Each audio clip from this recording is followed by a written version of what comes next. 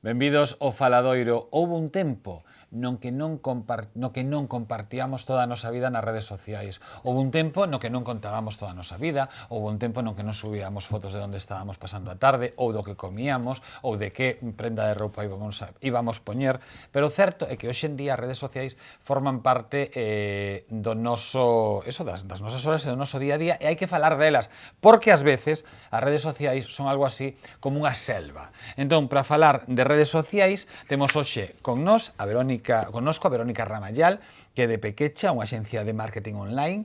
Benvida, Verónica. Moitas gracias, encantada. Que moita xente xa non te chama Verónica, sino que xa te chama directamente Pequecha. Sí, eu penso que é máis práctico xa na realidade, tanto para eu entender como para localizar. Pero vou te chamar Verónica. Como ti queiras. No segundo programa que veñas, chamote Pequecha. Vale, parece? feito. Pero se no primeiro é así como... Como moi da intimidade. Sí, necesitamos un poquinho máis de confianza. Que conste que vou contar unha cousa. Antes de comezar estábamos a falar de poliamor, pero bueno, hoxe non toca, hoxe imos falar de redes sociais. Modesto Gómez, amigo. Hola, Carlos. Eres unha das cabezas de Enxeño, que é unha empresa de comunicación. Correcto. Benvido tamén. Benvido a ti tamén, ainda que estés na túa casa, vale? Sí, bueno, benvido a todos. Pero isto ao final que acaba sendo como estamos falando de poliamor, claro. Pois podámonos a benvida a todos así de maneira Efectivamente, xenérica, ¿no? gústame. Laura Redondo, ti eres psicóloga. Sí, así igual me es. viñas ben pero que o tema de hoxe non é o poliamor, que son as redes sociais. Psicóloga xurídica. Exacto. Benvida tamén, un placer contar contigo. Muchas gracias, Carlos. E Santiago Martínez, que é politólogo e consultor político, tamén amigo, xa estiveches varias veces aquí nesta casa. Benvido tamén. Moitas grazas. Facemos reconto, se vos parece, ainda que non vou personalizar isto en vos, senón vos vides un pouco como expertos, pero tamén vides como usuarios. Redes sociais, que redes sociais tedes e utilizades? Vale. Facebook, Ajá. Instagram, Twitter, Pinterest, Google+, blog, YouTube, Snapchat... prácticamente todas, pero por de formación profesional. Vale, pensei que me vas a decir... Distinguindo moito o persoal do non persoal e o persoal como profesional. Pensei que me vas a decir Fotolog. Non, Claro. non, aí xa nos quedamos un pouco... Pero todas estas as utilizas de xeito individual ou por traballo? Compaxinadas. Compaxinadas. Compaxinadas en base á estrategia de marca persoal e a estrategia de marca empresarial. Como se van combinando. Falaremos de marca persoal e de marketing empresarial. Modesto, ti? Básicamente Facebook, Twitter, LinkedIn e, bueno, Google+, pero ainda que tamén temos algunha cuenta de Instagram, etcétera, pero básicamente as que usamos esas 4. Pues Facebook, Instagram sobre todo, y luego ya la parte más de investigación, nosotros tenemos incluso redes de investigación como ResearchGate, las propias plataformas de la universidad, pero bueno, ahí ya la red social es mucho más limitada, claro, a los usuarios de la plataforma. Santiago? Pues yo en este sentido ando un poco más limitado que los demás, me apabulló Verónica. Sí, Verónica, sí. Me eché para atrás en plan de, madre mía. Básicamente Facebook y Twitter. Si incluimos como red social WhatsApp, que desde un punto de vista técnico los expertos lo incluyen como una red social, pues evidentemente WhatsApp. Un poquito Instagram, desde hace poco, obligado por tema profesional, porque parece que si no me metía en Instagram, pues no estabas en la onda. Y también LinkedIn, evidentemente, también un poco por perfil profesional, pero sobre todo Facebook y Twitter. Nos últimos, teño uns datos do ano pasado e un pouco a orde, no, de uso estaba Facebook, que era a máis usada, despois estaba YouTube, despois estaba Twitter, porque consideraban YouTube, son datos de Forbes, consideraban YouTube unha red social, sí. Twitter, e despois estaba Google+. Non sei, bueno, pero despois, en cambio, por horas, non? Que me sonaron raro porque por horas, por exemplo, está Facebook de primeira, YouTube de segunda, Twitter e Instagram. Son datos do ano pasado, Estades de acordo? A ver, o primeiro matiz que me gusta sempre poñer é que depende moito con que tes empregando o de Google+. Sempre aparece nas listas moi alta, como terceira ou cuarta, pero que temos que partir da base que polo simple feito de facerte unha conta Gmail tes Google+. O empregues ou non o empregues, ti tes ese perfil activo. Entón xa está contabilizando. Outra cousa que a nivel de estrategia a ti te interese por posicionamento no momento dado, por ser a rede de Google e demais, Gmail e toda a historia, empregala. Pero en canto ao uso real de contido e sociabilidade, eu creo que está prácticamente morto. É unha de tantas redes sociales fallidas que Google, bueno, unha gran marca, intentou contrarrestar a Facebook, pero non calou na sociedade o suficiente. Entón, claro, estadísticamente engana bastante, porque calquer persoa que teña Gmail aparece nas estadísticas como usuario de Google+, pero realmente a proba está agora que ninguén comentou, salvo, non sei se foches ti, porque... Pero porque por deformación, claro, Sí. o sea, sei que a tes e sei que está... Normalmente o que se suele falar é do número de Pareto, non? Da relación 80-20. Que iso? Do 100% de redes sociais, ti dedicas o 80% do teu tempo a usar o 20% das redes sociales que poida haber tanto no eido personal como no eido profesional. Porque ese 20% ademais de redes sociales son as que usan o 80% da xente. Entón, cando, bueno, xa o explicará moito mellor a xente especialista en marketing empresarial, non? Pero a veces se pensa que hai que estar en todas e por unha cuestión de xestión de tempo, con que esteas en 2 ou 3, xa estás chegando a como mínimo 80% da audiencia. E pois que hai algunhas que son máis divertidas que outras ou por modas, non? Ou hai tempos en que invirtes eso, máis minutos nunha rede que noutra. Eso hai outro que van cambiando moitísimas cousas. Ahora mesmo no panorama nacional, por exemplo, que a saída de Twenty prácticamente do mercado absorbeu Twitter a maior parte, bueno, claro, xunto con Instagram, Snapchat, deses usuarios máis novos. Entón, Twitter a min era unha rede que personalmente me sigue encantando, porque creo que a mí sempre me gusta decir que en Facebook coñeces as caras da xente e en Twitter coñeces as mentes. Entón é unha forma moi boa de... Salvo que sexa un troll. Tamén é certo, pero hai que aprender a monitorizalos e sacalos do teu perfil. Bueno, falaremos de troles, explicaremos o que son, non demos por suposto nada. Imos a temas como moi concretos. Por exemplo, falouse moito en tempo de eleccións se hoxe en día con Twitter, por exemplo, ou con Facebook, con redes sociais, ten sentido unha xornada de reflexión. Porque antes sí que controlabas que non houbera ningún tipo de información, pero hoxe en día... Vamos, personalmente penso que poñerlle cancelas o campo, non? Poñerlle portas é algo que é inevitable. Basta ver enquisas de empresas en Andorra, con contas en Andorra, que che poñen pois a berenxena que ten o color de Podemos, tal porcentaje. A fresa que ten o color do PSOE, non sei que fruta lle poñen para o color azul do Partido Popular, non me lembro, pero bueno, ou inventarán a froita, non sei. E a laranxa para os cidadanos, non? Entón, bueno, eu penso que hoxe en día, en plena sociedade de información e da comunicación, onde tes todo aquí, as jornadas de reflexión non teñen sentido. Yo pienso aí tamén que ha habido un cambio de jornada de reflexión, hemos pasado a una jornada de debate en la que la gente realmente en las redes sociales lo que hacía era pues dar su opinión, su punto de vista. Entonces, claro, antes era muy limitado a los partidos políticos y era en plan, bueno, nosotros os hablamos, entonces vosotros pensáis. Y ahora hay una democratización y una globalización gracias a las redes sociales. Entonces la gente ahora dice, ahora pienso yo, debato, intento persuadir a la gente que me está viendo de qué es lo que yo quiero que hagan, ¿no? Laura, desde el cariño, o teu Twitter ou as túas redes son un pouco as de Aladín, non? Un mundo ideal. Están incendiadas todo el día. Están incendiadas, é que non hai un diálogo, hai unha crispación, tamén quería chegar a ese punto, hai unha crispación xeralizada, que se ti des branco, do outro lado van dicir negro, non van dicir non pode ser gris, non? Bueno, pero claro, depende también de la lectura. Desde luego muchas veces lo que la gente quiere también es desahogarse y es que la escuchen. ¿Qué pasa? Que antes la comunicación iba solo en una dirección, los políticos le decían a la gente, esta es nuestra visión, votad en función de lo que os decimos, ya no vamos a meternos en qué es lo que nos dicen, ¿no? Que ya es otra historia.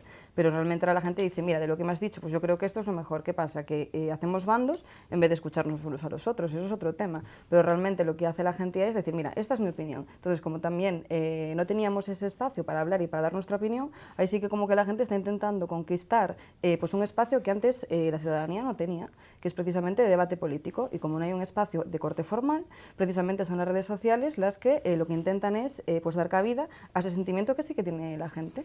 ¿Y ese tono, como psicóloga, cómo explicas? El incendiamiento generalizado. Sí, claro. Pues yo creo que ahí es precisamente por la mala gestión, pero eso ya es de corte general, que tenemos de las emociones. Es decir, vamos de que somos seres racionales y no lo somos. Realmente las emociones muchas veces lo que hacemos es taparlas y no las gestionamos de una manera adecuada. Si realmente gestionamos las emociones de una manera adecuada, pues llegaríamos mucho más lejos. Y lo que hay de fondo, y nuestro objetivo siempre es que nos escuchen. Realmente queremos compartir y queremos que nos escuchen. ¿Qué pasa? Que lo hacemos mal. Lo hacemos mal porque no nos han enseñado a controlarnos, por ejemplo, habilidades sociales básicas, como la escucha activa, pocas personas la realizamos realmente, a menos de que nos hayan entrenado, ¿no? Como por ejemplo, alguien está hablando y ¿qué estamos haciendo? Pues le voy a decir esto, ¿no? Como que nos estamos preparando más para contraatacar que realmente para escuchar a esa persona o para pues decir, mira, este es su punto de vista y puedo sacar esta parte en positivo y esta en negativo. Y en vez de argumentar, pues luchamos. Pero la base es buena. Falando, ahora opinas que che vexo, non opina, opina que estabas movendo a cabeza. No, é un matiz moi sí, pequeniño, matiza, Verónica. pero que é algo que ainda comentaba con os compañeros de profesión a semana pasada. Eu creo que estou totalmente de acordo con eso, creo que é unha plataforma super útil nese sentido para romper barreiras, para chegar a puntos nos que sería imposible chegar, pero que tamén, en certo modo, un moi mal uso que se está facendo nos últimos tempos delas, nos están levando precisamente a tres conceptos que para mí son claves, que un deles é a desinformación, porque ao final ti acabas metido en guetos moi pequeniños ou precisamente neses bloques e parece que todo o universo que pasa aí, o vivimos, todos os que temos contas, vimos como iba a ganar X partido ou iba a perder, vimos como iba a pasar X cousa en Inglaterra non iba a pasar, nos fomos a cama pensando unha cousa e nos despertamos con outra distinta. De repente empezas a monitorizar ben se eres capaz de gestionar ben esa información e te das conta que ti estás vendo un mundo moi pequeniño cando crees que estás vendo un mundo inmerso. Entón aí entra o problema de con quen te relacionas e como pouco a pouco eu creo que te van cerrando moitísimo máis. Porque son pegas como canles de información e te vas cerrando en grupos que ao final uns te van levando a outros tamén, porque estás cunha serie de colegas de profesión, este siga este, eu tamén vou seguir a este, pero que te acabas metendo en círculos que ao final, cando te das conta e de repente un día frenas e saes, dices, Dios, que mundo tan pequeno teño, e teño 1000 seguidores e sigo a 2000. Pero as redes sociales non deixan de ser unha expresión avanzada cunha nova tecnoloxía de algo clásico. É dicir, a xente normalmente ten unha cosmovisión das cousas, de como ten que ser a política, a vida, a familia. Entón, nas redes sociales, o que ti decías, esos microcosmos que a xente ten con certas amistades afíns, ese efecto tribu, non? Ocurría tamén antigamente, e sigue ocurrindo cos medios tradicionais, unha persoa de esquerda non vai comprar a Razón ou escoitar a COPE. Vai comprar o País ou escoitar a cadena SER, porque necesita recibir inputs, información, ver reforzada a súa visión de como son as cousas, non sentirse unha persoa rara, sino que ver que hai máis xente que pensa como a él, non? E ver reforzada un pouco a súa visión dentro dun grupo ou dunha tribu. E as redes sociales... Eu penso que a pluralidade é moito máis rica, Sí, eso sin dúbida, pero non... Aínda que non estés de acordo con moitas cousas que estés a ler ou a ver ou a escoitar... Pero ti, a hora de facer a escolla, ti, a hora de estar en redes sociais, de seleccionar a xente ou de buscar información, non vas a abrir todo o campo, sino que ti vas a ir priorizando en función da túa visión das cousas. E ao final vas a ir caendo... Pero un dos erros hoxe en día, por exemplo, que me gustaría que faláramos desto, é a superficialidade absoluta, o quedarse co titular. Ves, este era un exemplo, eu vos poño un exemplo cando falaba con todos vos, que non vou repetir agora, pero é como coller unha nova, por exemplo, de humor, quedarte co titular, non mirar a fonte, porque o mellor a fonte, insisto, é dun medio de humor, ou o mellor a fonte é dun blog que de alguén se lle dou por escribir calquera historia, ou a fonte non ten ningún tipo de credibilidade, e a partir de aí dase esa fonte como fidedigna, compártese, críspase, enérvase algo que realmente non ten ninguna base. Pero mira, hai dúas cousiñas e con isto calo xa durante 10 minutos. Non caledes. Pero vamos a ver, a primeira, vivimos nunha sociedade de consumo de usar e tirar. E iso vese no consumo, na compra de cousas, nas relacións personais, e a hora de procesar a información, e os medios de comunicación últimamente o saben, buscan os titulares grandes, vemos os telediarios, as noticias non teñen moita profundidade, moita reflexión, senón que son titularizadas, porque senón a xente cambia de canal ou pasa a folla. É dicir, a xente non estamos educando a xente e vivimos nunha sociedade onde non se nos pide ou se nos educa a dedicar tempo suficiente á reflexión ou pensamento crítico, sino a pasar rápido por las cousas, a inmediatez, non? A estar facendo cantas máis cousas mellor, e todo máis rápido, e nesa locura da voráxine do tempo. E o segundo elemento que ti comentabas, que é a desinformación, últimamente o que se está dando é a desinformación por exceso de información, os que se denomina infoxicación. É dicir, hai tanta información, infoxicación. Infoxicación. É dicir, intoxicación por exceso de información. Claro. É dicir, búscase dar demasiada información de maneira intencionada para que a xente se perda.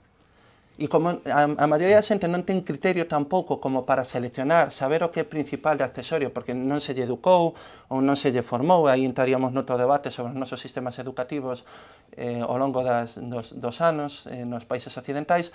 Pero que dicir con isto? Eso búscase deliberadamente. Eu traballo en moitas campañas onde hai equipos concretos, tanto dos partidos rivales como dos partidos onde eu traballo, que crean páxinas, blogs artificiais para ocupar posicionamento en Google, de tal maneira que a xente, cando busca unha noticia, saia a palla que ti colocas diante para que a noticia realmente, que igual estaba no número 35 ou 40, non cheguen a ela. Por que? Porque ven as primeiras 10 criterios de búsqueda e logo non van máis alá. Entón, ese exceso de información faise deliberadamente en moitos casos. Aí é onde entra Google Plus, para posicionar para arriba compartindo. Depois falaremos da parte máis técnica. Empresa de comunicación. A rede ten memoria. Vou poñer dos exemplos como moi faciliños, non? Un son os famosos tweets divertidísimos de Pedro Sánchez, que agora non lembro exactamente como dicían, pero ser buenos, creo que dicía un, ni siquiera decía ser buenos, eran así como moi divertidos, cando non era ni siquiera un candidato a unha presidencia do goberno. O outro día, creo que era o presidente de non sei onde, do Partido Popular, que sacou unha foto da televisión e salían calzoncillos. Claro, ten memoria e hai que ter como moito cuidado, non? E isto tamén sirve para políticos e para xente da pé, porque iso queda aí. Sí, está claro. E máis, hai despois xente que busca o dereito ao olvido en internet, que é algo que penso que irá a máis co paso dos anos, esa necesidade de pedir que se borren certas partes da nosa vida. Eu deliberadamente guardei silencio hasta ahora, veña. porque primeiro, eu, inda que estou totalmente a favor, por suposto, das redes sociais, non? Eu quero traer dous datos hoxe aquí, primeiro de todo, que me sorprenderon moito dos últimos días, non? Un primeiro que saleu fai moi pouco en The Economist, non? Que a nivel internacional hoxe se perde un 8% do tempo de traballo por navegar nas redes sociais. Creo que é un dato interesante. Un segundo dato interesante, dixo Mark Zuckerberg fai nada, que Facebook ten os días contados. Creo que Facebook, como todas as redes sociais, como todo produto, ten a súa fase de nacemento, de crecemento, de maduración e de declive. E hoxe xa hai moita xente que está falando de dieta digital. Quero aportar unha terceira cousa moi chocante e te contesto. A dieta digital, efectivamente. Vos sodes moi sabios, porque entre como se chama? Infoxicación e a dieta digital... Sí, é que fixadevos, moita xente xa fala de redes sociales. Poñedevos as pilas bolas dúas, que me tedes que impresionar antes de finalizar o programa. No, pero a cuestión é clara. Mira, como é redes? Redes sociales, porque o que se dedican é a crear impactos. Efectivamente. Vivimos nuns medios que simplemente generan impactos, hai moita xente que di, a xente está en redes sociales por falta de afecto, sobre todo o que queremos é comunicarnos para contar a nosa propia experiencia. Hai algo moi simple, eu fixeno moitas veces, non? É un pequeno xogo de comunicación. Eu a veces teño un éxito profesional, poño nas redes sociales. Me gustas, 3, 4. Cando pos algunha novidade da túa vida persoal, pero que é intrascendente, que a ninguén lle importa, 200 me gusta. Eso denota algo moi curioso, non? O que ti decías de memoria, por suposto, non sempre que traballamos, por exemplo, con xente que fai entrevistas de selección de personal, decimos o mismo, cuidado, non? Porque despois, aparte, hai xente que é moi hábil borrando o rastro nas redes sociais, pero tamén hai xente que é moi hábil recuperando ese rastro. Entón, hai que ter cuidado con isto. Que ti estás dando unha clave, recuperando. O sea, non, por moito que borres, é doado recuperar moitas cousas. Efectivamente. E eu creo que hai un tema clave do que todavía non falamos e que aí para min está a clave. En este momento vencellado o tema da dieta e decía, mira nun mundo que non ten nada que ver. Eu recordo, fai pois posiblemente xa ano e medio, 2 anos, que eu coincidín tomando un café con alguén moi importante en Proxecto Home, estou falando de Proxecto Home, Sí. que estaba dicindo que hoxe xa se tratan máis adiccións ás novas tecnoloxías e ás redes sociais que as drogas que consideramos drogas duras. Entón, eu creo que estamos ante un tema moi serio, non? Porque antes ti falábalo, non? Do tema do divertimento. Hai redes que son máis divertidas que outras. Eu creo que cando a red social se convirte en un elemento de diversión e non un elemento profesional ou un elemento, corremos o risco, como con todas as diversións e todos os ocios, de non ter unha medida. Entón, eu creo que hai algo moi importante, e en isto Laura podenos decir seguro moitísimo, non? Que é o tema da regulación. Non quero decir, as redes sociais antes decíades, si se podía eliminar a xornada de reflexión. Eu creo que fai máis falta que nunca. Como eliminamos Twitter na xornada de reflexión? Aí estaría a clave, non? Porque o que falábamos antes, hai freaks, hai xente que pon comentarios, hai prescriptores aos que lle damos moitísimo valor e que realmente acabamos descubrindo que están pagados por alguén para decir según que cousas. Entón, eu creo que cada vez é máis necesario ese espacio libre, esa dieta, e xa me calo, porque ao final non falaba, pero casi estou falando demais, non? Pero eu creo que ese é o tema clave, non? Hoxe en día, que acotar as redes, non deixar de usalas, porque as redes son unha ferramenta extraordinaria, como casi todo, non? Enerxía atómica, enerxía... Todas as enerxías poden ser moi ben canalizadas. O certo é que os 5 que estamos na mesa, en eso me incluo, utilizamos as redes tamén dun xeito profesional. Está claro.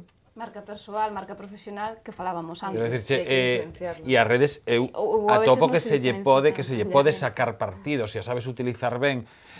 Tamén é certo que o que di Modesto, ti subes unha foto de postureo, non? Que chama tipo a foto de postureo e tes 200 me gusta, e unha profesional, bueno, pois o mellor tes menos reacción, pero sí que podes sacarlle partido, se a sabes utilizar ben, a rede podes sacar un partido persoal, non? Persoal, profesional, E que refírame. ata agora estuvemos falando tamén moito de como eses inputs de información nos afectaban a nos, ben para intoxicarnos, desinformarnos, ou ben para acabar creando unha adicción, pero ainda non falamos da outra parte, que é precisamente a que introduces tú agora, que é como nós, tendo control sobre elas, os podemos empregar ao noso antoxo, ata que punto de manipulación non é, ou é estrategia non é, ou é bo ou é malo, pero para realmente lanzar as mensaxes que nos interesen para posicionarlos en determinados mercados e en determinados perfis.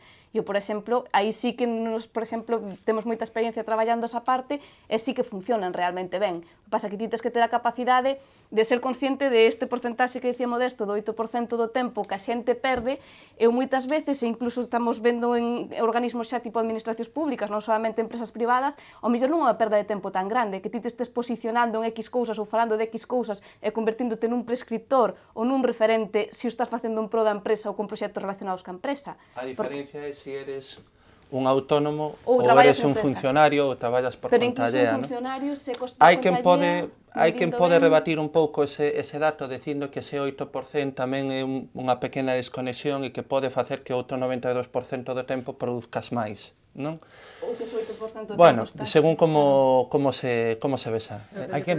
Perdón, Laura, di. Bueno, digo que yo creo que ahora mismo también estamos en un limbo, ¿no? Porque hemos pasado de todo el boom de las redes sociales y realmente aún no hemos asentado ningún tipo de principio ni norma y estamos un poco entre dos mundos, ¿no? Que es lo que hace cuando nació todo el mundo de las redes sociales, fue lo que se diferenció como los inmigrantes digitales y los nativos digitales. Entonces, claro, los nativos digitales son la mayor parte menores o casi, y ahora el problema que hay es que hay un uso que no está regulado, sobre todo a nivel de menores, que además los menores son sujetos de protección jurídica y hay un montón de peligros a los que no les estamos educando, porque de hecho Santiago, antes decías, ¿no?, lo de la educación, y realmente no se nos está educando, o sea, estamos yendo un poco por prueba y error, cuando hay peligros es cuando decimos, uy, alarma, ponemos el control parental, pero realmente no hay una regulación. Sí que es cierto que en los que seríamos más inmigrantes digitales, dices, oye, mira, estas redes, ¿cómo las utilizo? Y ahí se ve, ¿no? Y dices, pues mira, por un perfil profesional, porque ya partimos de que somos profesionales, ¿no? Entonces, estamos como dos mundos que están a veces chocando entre sí, porque a lo mejor tú desde un perfil profesional controlas mucho redes sociales profesionales, pero como tengas al lado a menores que están pues con el Snapchat, ¿no?, de subo una foto, con lo que contábamos antes, subo una foto, esa foto está durante 2 segundos en pantalla y luego desaparece. Eso dixe moitas veces, eu non entendo Snapchat.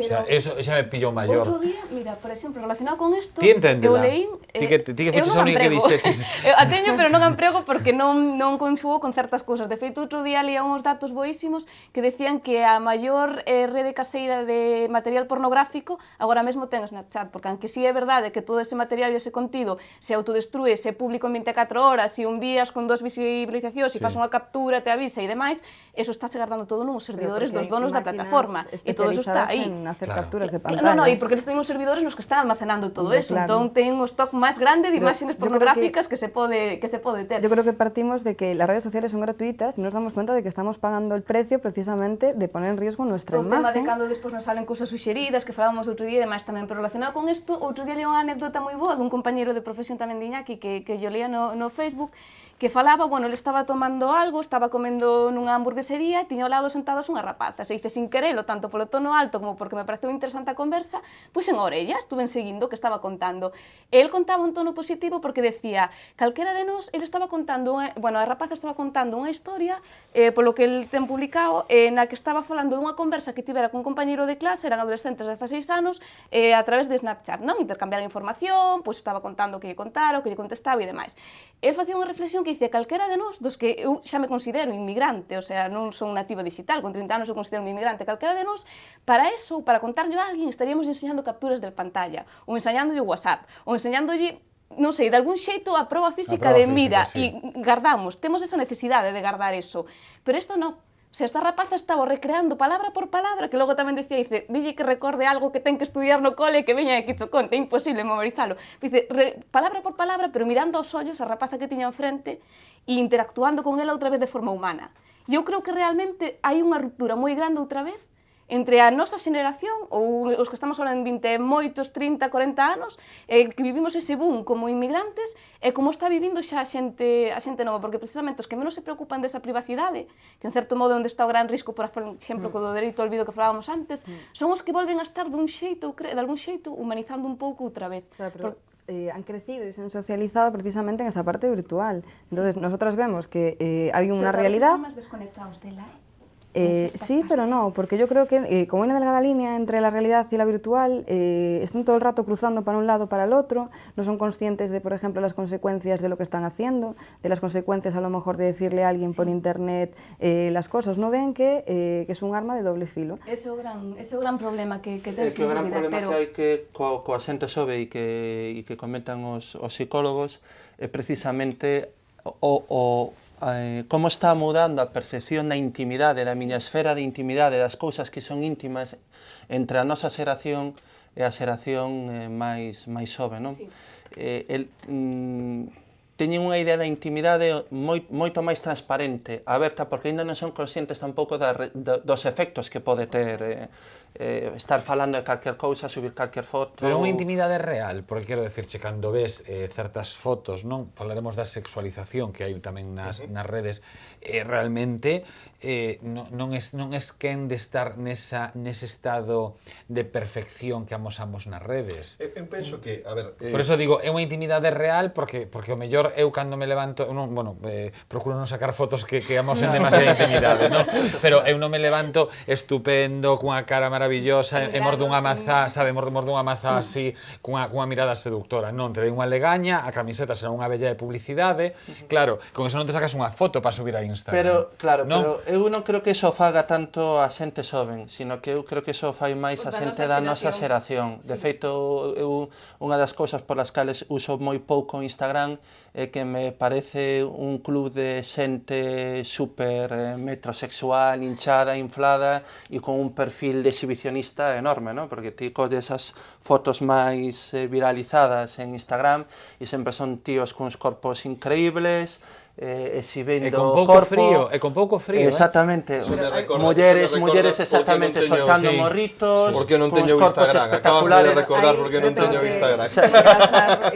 Mañán creo que vou recibir unha notificación de tu amigo de Facebook Modesto Ah, xa dado de alta en Instagram. No. Mira, Yo ahí creo que tengo que romper una lanza a favor de Instagram, porque igual sí que al principio, eso es como todo, ¿no? Tenemos unas necesidades y realmente las redes sociales pues dan cabida a cómo transmitir esas necesidades. ¿no? Ahí Sí, Y entonces, claro, al principio el uso que se le daba al Instagram era más en plan así, y esa vertiente sigue habiendo, pero ahora, por ejemplo, hay mucha gente que se dedica pues, a hacer fotografía, ¿no? Y que ya en su propia descripción del perfil te ponen Canon tal, iPhone o Samsung o cualquier tipo de... ¿Qué móvil hacen las fotografías, ¿no? Entonces hay gente que sí que está incluso pues transmitiendo una parte de artística, ¿no? En el Instagram. Luego hay esta gente que obviamente... Sí, no, que a ver, yo con mi comentario no quería generar... pero eu estou de acordo en pero que a bueno. ruptura de idades que hicimos antes, Sí que- é que está absorbendo moitísima xente de Pinterest.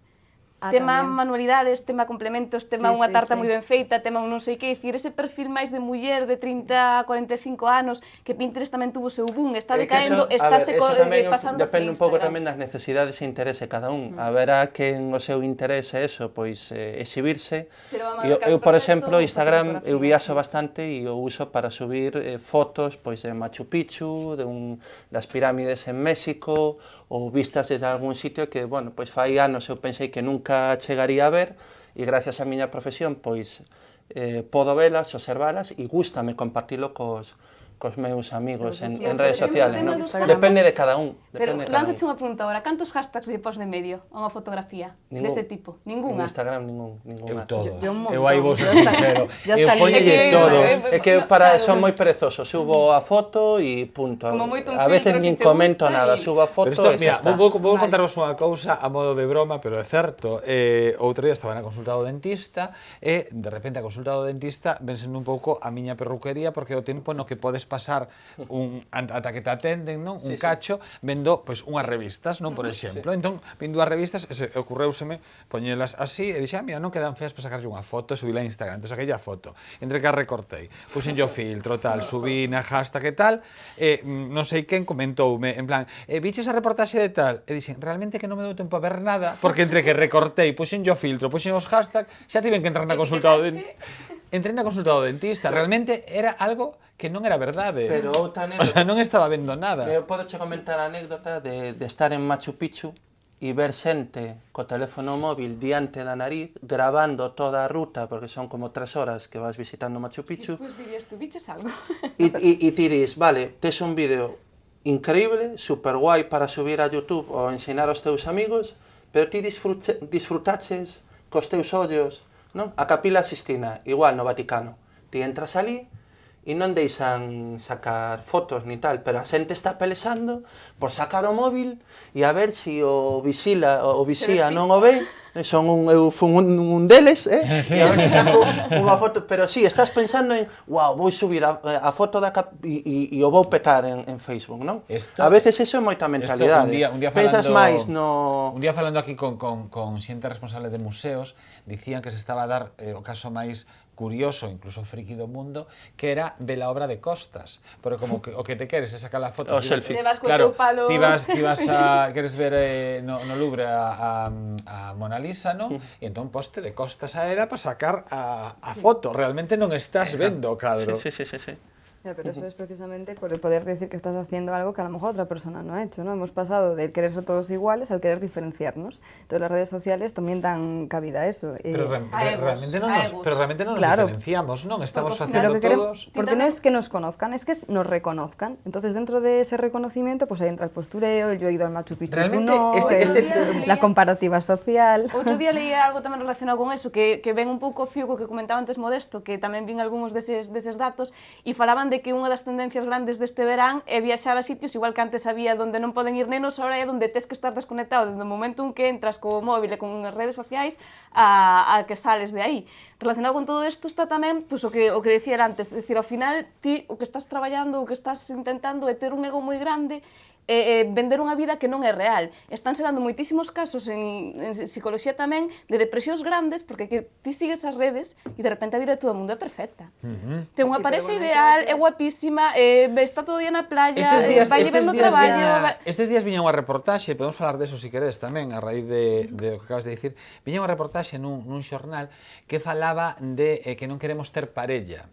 Si queremos ter 4 pés na foto de Instagram, si queremos ter 2 copas, si queremos ter a mantiña cunha man posada na perna, mentras que de fondo aparece unha película. Si queremos ter eso, O que vende... o que vende a imaxe de que non estamos sós, pero non queremos ter relacións. Pero que realmente iso é realmente, a ver, eu estou vos vendo moi emocionados a todos, e vexo que vos Pois estou vendo, emocionate, Modesto. vos estou vendo moi emocionados con Machu Picchu, co tal, pero eu recordo unha frase de Humberto Eco, vale, que decía que internet acaba convertindo as persoas en monstruos porque suplementamos o vivir polo compartir.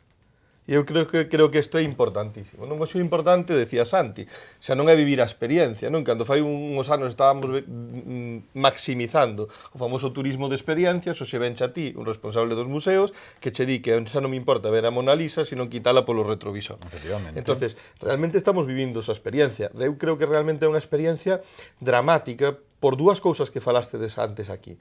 Unha, o tema da educación, é algo que, bueno, como todos os booms, as redes sociais, é guai.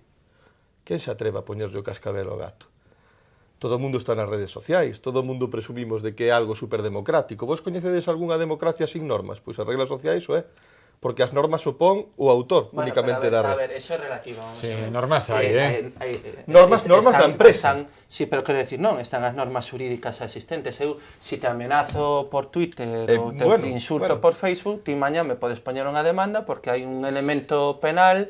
Claro, pero moi difícil, porque é dicir, o medio non altera, o medio non altera. Unha cousa moi importante, perdón, unha cousa moi importante que vos teño a vos catro expertos, catro sabios nesta mesa, hai virais, non? Estes días pois está outra vez un viral de unha frase de lo acaban de, sempre empezamos co mesmo, lo acaban de decir las noticias, ou lo acaba de decir non sei que, Facebook, si non pones en Facebook mañana, que si tal, para compartir, sí. para compartir, pues Facebook tendrá derecho a non sei que, non sei canto. A xente realmente lee as condicións de uso, pero de Facebook, de Google, de Gmail. Como de casi nada. Claro, porque si lees todo eso, tienes que ser consciente que ti non eres dono de nada. No, nada. Pero es que son como los prospectos, como pero las decir, instrucciones... que ti non eres, ti da red social non eres dono de nada do que subas, nin das fotos, nin de... A min pasoume fai pouquiño con nunha formación, tiña unha alumna, era nun tema de emprendemento, tiña unha alumna que, falando así de isto da intimidade, do uso das redes sociais, me decía, non, pero eu vou nas usar a nivel empresarial, pero eu estou moi tranquila porque eu non, a nivel personal non as uso, nunca subo nada, non publico nada a miña vida e tal, e o único que fago é que como a miña sogra está en Madrid e non pode ver moito a nena, por privado, por Facebook, mandolle as fotos da nena. Digo, pero tú eres consciente de que esas fotos son de Facebook e se mañana a entrada da Coruña quere poñer un panel enorme de Santiago e poñer, desde pequeniños están en Facebook a foto do teu bebé na bañera, pode facelo, en principio, porque é dono desa foto aunque estés mandando por privado. Non, porque eu non a publico no meu muro. Digo, pero que dá igual que non a publiques no teu muro, é igual de Facebook esa foto a partir de aí. Pero que isto, como falábamos antes, pasou, eu coñezo moitísima xente que trata de borrar. Estamos falando de algo que fai moi poucos anos que existe, pero imagínate o caso de Santi, que non é o caso, non? Pero que mañán por que estaba facendo algo que non lle compete en Perú, di nunha entrevista de traballo que el nunca estuvo en Perú. Pois é imposible ocultar eso, non? Eu teño unha cativa de 7 meses, eu teño claro, túveno claro desde o principio, non? Que e hai moita xente que se me cabrea. Porque, oye, es que no pones fotos de la niña, es que no compartes fotos de la niña. Bueno, en un escenario no que estamos falando de grooming, de ciberbullying, eu creo que hai que ter cuidadito. No tiene conciencia ninguna del daño que se hace al subir fotos de menores a las redes sociales, porque precisamente, de la misma manera, no es solo una nube que está ahí las fotografías, sino que realmente detrás hay gente que específicamente, en el momento en el que hay una foto de ese tipo que se sube, la cogen, ¿no? Y además para fines más que ilícitos, ¿no? Todas esas redes de pornografía no es gente que esté produciendo, es gente que muchas veces lo que hace es estar cogiendo y a la caza de fotos que a lo mejor subes con toda la buena intención del mundo, ¿no? Y lo que comentabas tú antes, hay una cosa que nos viene muy de serie, que es la sensación de invulnerabilidad. O sea, cuando hacemos algo nunca pensamos, me van a pillar, todo lo contrario. Bueno, malo será que mire a alguien, malo será que pase algo. Bueno, por una vez no pasa nada, y no, porque muchas veces basta que subas una foto y esa foto se haga viral para que a lo mejor incluso haya vidas que se truncan. Pasó en Estados Unidos hace años y nosotros no hemos aprendido desde aquellas, ¿no? Estas chicas que, no, es que como es mi novio le paso una foto. Esa foto, el novio que era de toda la vida, es que pasa muchísimo. Ese novio que era para siempre, ¿no? Muy a lo Disney, de repente cortan, se cabrea, pasa la foto a un amigo, ese amigo otro amigo y al final acaba en las redes sociales. Se tiene que mudar, ir a otro colegio, le cambia la vida, bueno, y un montón de historias, ¿no? Precisamente porque nunca ella se imaginó que eso iba a pasar. Y así con todo, ¿no? ¿Y qué pasa? Que ahí es distinto, porque son los papás los que tienen que decir, mira, no puedo subir una foto de mi hijo porque no puedo exponerlo y porque realmente ellos sí que tienen responsabilidad, y no solo los papás, Porque decimos, nos, la educación en casa, mira, no. En casa, en el colegio, y realmente todos tendríamos, en el caso de que viéramos a un menor en riesgo, que notificarlo. Pero eso, por exemplo, me comentaban outro día tamén, nun grupo noutra formación, me decía unha mãe, me decía, mira, eu non subo fotos do meu fillo, no colexio temos totalmente, posto que non se poden facer fotos de sacalas, das aulas e demás. Pero e que pasa cando hai actuación fin de curso? Vai un dos papás, saca a foto e de repente etiqueta. Claro. Claro, aí... Complicado, moi complicado. Claro, aí non vas subir ao colexio, non ten ningún tipo de responsabilidade, ti non queres que o teu fillo salga, pero é que na foto o teu fillo sale aí, pero tú estás sacando o teu fillo, o sea, ti estás sacando o teu e o outro está detrás. Como sempre, hai que ir a la prevención, ¿no? É un problema de... O dos nenos máis ou menos sí que o podemos ter claros todos. Sí que me gustaría facer fincape en algo que dixeches, que ás veces pensamos que ese tipo de fotografías de menores que poden acabar pois en algunha rede de pederastas ou demais, teñen que ter un conteúdo sexual, non teñen por que telo, o sea, simplemente poden ser fotos de menores, o sea, non ten por que ter unha foto que nós subimos ou que un pai ou un familiar sube pensando que é unha foto absolutamente inocente, pois ao final sí que pode ter unha comercialización, vamos a decir, de excitación de cada cal, sabe os cada cal, non? Entón, aí temos que ter moito cuidado, non? Hai outra cousa na que a mí me gustaría insistir, que é o fenómeno gratuidade. Todo o mundo está moi adepto ás redes sociais porque ten a conciencia de que as redes sociais son gratis. Non nos estamos dando conta que gracias ás redes sociais se comercializou a maior industria que hoxe temos nas nosas mans. Falaremos de como se xestionan, que isto, Verónica, bueno, os catro podedes falar tranquilamente pero da realidade que hai detrás das redes sociais, pero eu quería ir a outro aspecto de seguridade, non? Que é o da ubicación. Que saiban constantemente onde estás. Y la gente también es muy inconsciente, ¿no? Hay gente que se sorprende de que le han entrado en casa y se la han desvalijado cuando había subido a las redes sociales el día anterior que estaban las Bahamas, la familia entera. Se me deixas un momento, Verónica, e iba, cando eu che decía o da maior industria, a industria telefónica é a gran beneficiada das redes sociais.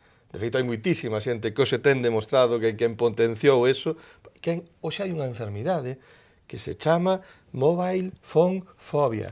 Que estamos falando de que un neno de 8 anos, se non ten o smartphone de última generación, está nervioso.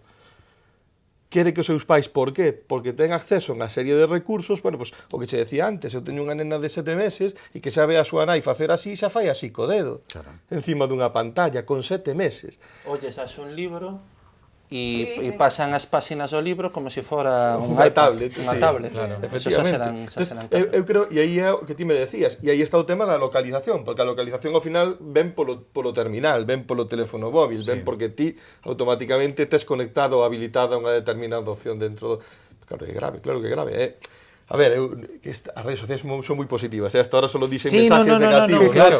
Pero que eu creo que a veces, claro, nos quedamos moitísimo máis co lúdico e non nos damos conta e creo que é o que máis... Pero, a ver, vamos a ver, aí sí que este exemplo é moi manido, non? O cuchillo pode servir para axudarnos no día a día a cortar a carne e comer, ou pode valer para matar a alguén. Todo depende de quen agarra o cuchillo e tamén a formación, a educación, o contexto social desa persoa.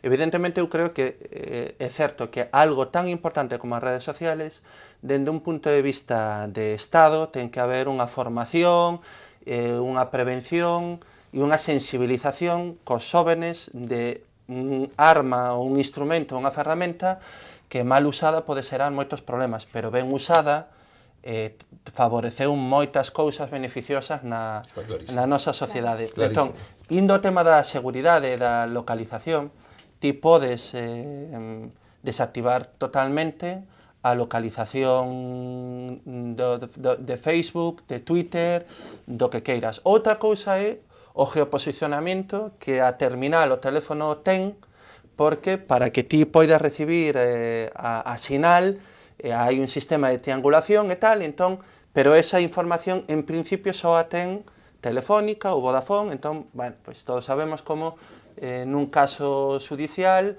o xuiz pode mandar, facer un mandamento a Telefónica e dicirte, mire, necesito saber onde estaba esta persona, pero iso é un procedimento moi especial. Se ti non queres que a xente saiba onde estabas, simplemente desbloqueas a pestaña de ubicación e punto. É dicir, ti tes que saber que hai unha pestaña para eso e saber os límites do uso desa pestaña. Na recta final hai varios temas que queremos tratar e un é moi importante e eu vou facer agora o papel de como vos de los sabios, non? De ignorante.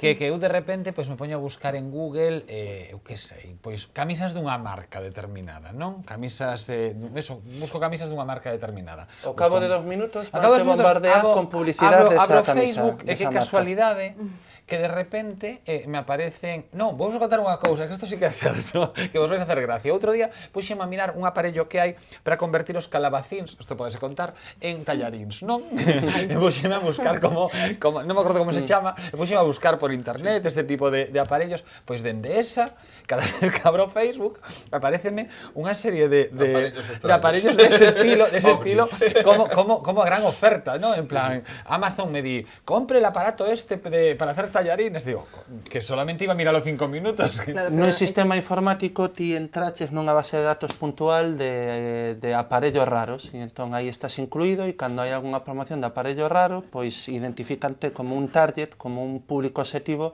para esa promoción. Decía Modesto, é que non é gratuito, é que as redes sociales son moi poderosas polo uso que fan dos nosos hábitos, porque a través das redes sociales saben a túa idade, onde estás, o que opinas ou deixas opinar, o que ves ou deixase ver, o que compras ou deixase comprar, a quen votas ou deixase votar.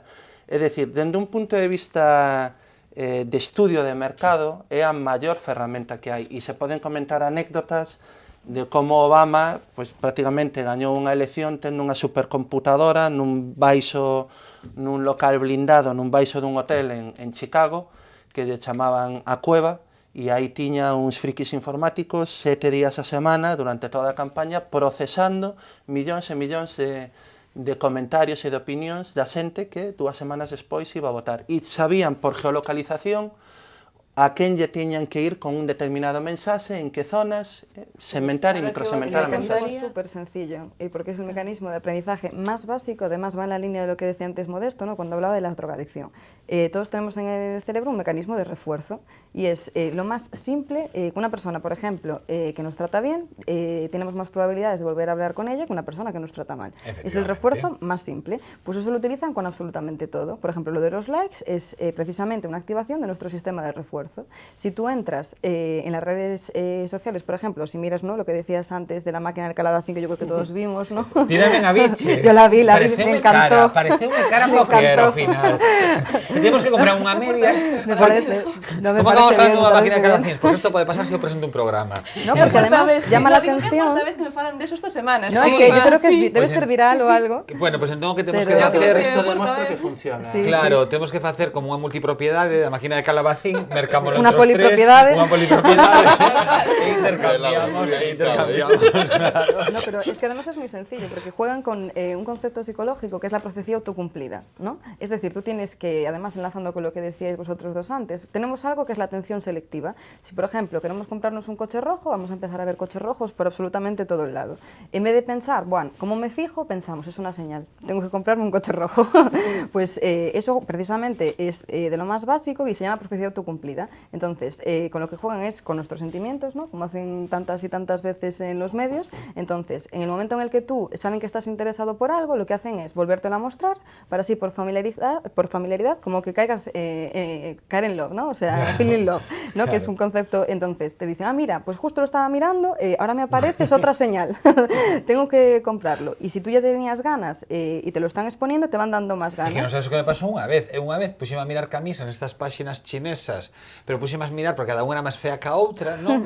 Porque aquilo era, pero un desastre do feas que eran, e era como un vicio mirar outra con unhas Mira, cousas seguro que iban a peor. brillantes, claro, iban a peor. Claro, e agora, nun lateral, sobre todo, Seguro que hai un ordenador, a lo dun mejor debajo ordenador- de Chicago, que aparece aí el que le gusta lo feo, y Pois una é, foto tuya. é que me van aparecendo aquelas camisas cada pouco aparecen aquelas camisas. Pues eso es que estás registrado como una persona Que lle que gustan si las se, camisas claro, si se feas. le ponen Os esas camisas famosos va a caer. cookies, non? Sí.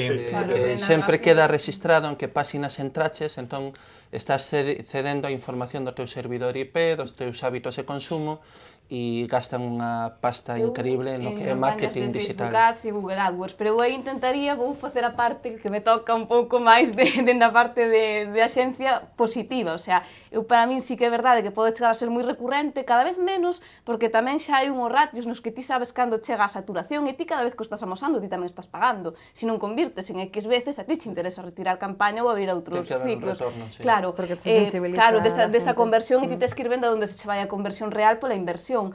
Pero eu quedaríame tamén co lado positivo que tanto a nivel empresarial como a nivel do usuario é unha forma de discriminar tamén, aquí ao contrario do que como empezábamos o debate, a información. É dicir, a min, se non me interesa o mundo do motor, eu xa non me van a estar saturando como antes ou como nun xornal tradicional con coches ou con anuncios relacionados co motor. Se a mí me interesa a moda ou me interesa a música ou me interesan os viaxes, eu polo menos sei que vou, de algún modo, a ter filtrado o tipo de publicidade. A publicidade vou na a ver, sí ou sí, porque ao final todo é un negocio, é como Facebook. O sea, Facebook é un negocio e ten que facturar. Entrenando a comprar y nos exponen también a cosas que saben que tenemos más predisposición a darle al clic. Claro, entonces, aí xa entra, realmente... pero é o mismo que falábamos co uso de é unha ferramenta super potente ou non, depende da educación que teñes detrás e a bagaxe para empregala na liña correcta. Claro, aí ya, claro, es un instrumento de ellos, ¿no? De claro, las pero a ti a empresas que nivel de están empresa detrás. permíteche baixar moitísimos gastos para chegar a un público moito máis segmentado e no que vas ter unha conversión máis grande, sabes que estás sendo menos intrusivo, menos molesto, porque non estás atacando a todo o que se mueve, sino que por lo menos estás sendo a xente que che encaixa no perfil e a ti como usuario, por lo menos, sí que pode ser verdad que estén fomentando entrenarte para comprar X cousas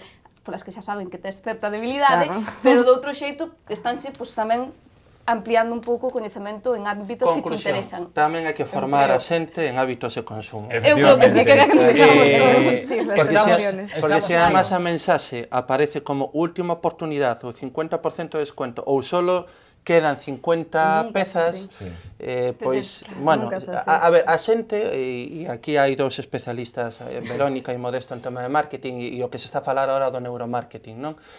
É dicir, ti falabas antes de como nos poden condicionar a que vaya a tecla rápida, a atacarnos pola vía dos sentimentos.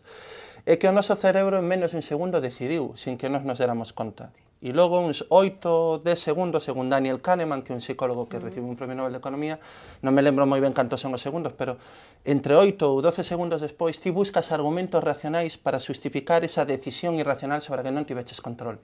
As empresas sábeno. E as redes sociales precisamente son o mellor elemento para tocar na fibra emocional ou no sentimento da xente. Entón, as empresas xa non che venden o produto. Hai moitos cursos, moitas formacións onde eu lle digo a xente que vende Coca-Cola. E a xente me responde felicidade. Como se a Coca-Cola se poidera vender ou embotellar ou beber a felicidade. Pero espontaneamente contestan eso. Por que? Porque os anuncios de Coca-Cola tocan esa fibra. Non ves o refresco ou a Coca-Cola, ves? Pero eso xa non está A na felicidade, cousiña. E as redes sociales son moi boas para lograr eso. Estamos asistindo a unha burbulla, ou está a piques de estoupar a burbulla dos influencers. Desta xente que, youtubers ou xente que interactúa moito en redes, que as empresas xa pois lle mandan tal produto ou lle pagan porque luza tal produto, ou porque amose ou porque conte como funciona. Eu creo que... Sí, Hai quen fala de unha burbulla a piques de estoupar, desta xente. Eu máis que de estoupar digo que de evolucionar, como todo en isto. Antes apuntaba a Modesto de que o gran negocio de todo isto das redes sociais está na telefonía. Eu estou de acordo en certo modo, para min está na xestión de datos, e nos valor que eses datos teñen.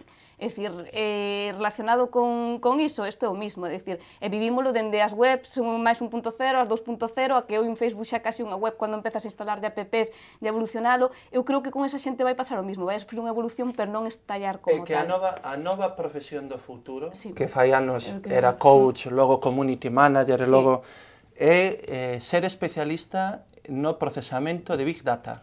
O sea, xa empeza a haber másters e diplomados. Explícalo.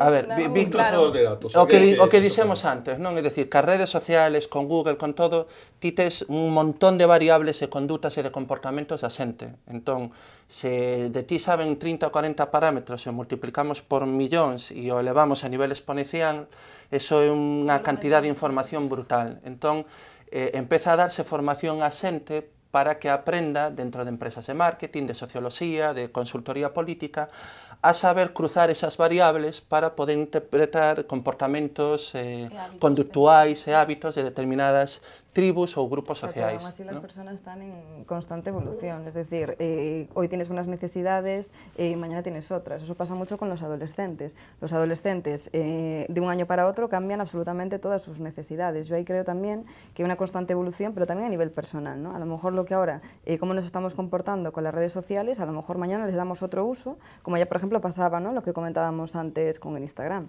Y de la misma manera esa evolución no creo que solo sea a nivel personal y social, sino de pautar precisamente las normas, como se decía antes, ¿no? De no se puede poner puertas al campo. No se puede poner puertas al campo, pero sí vallados de, mira, hasta aquí podemos pasar. A partir de aquí es caos y destrucción, luego no vamos a pasar. Y eso no se ha hecho ahora.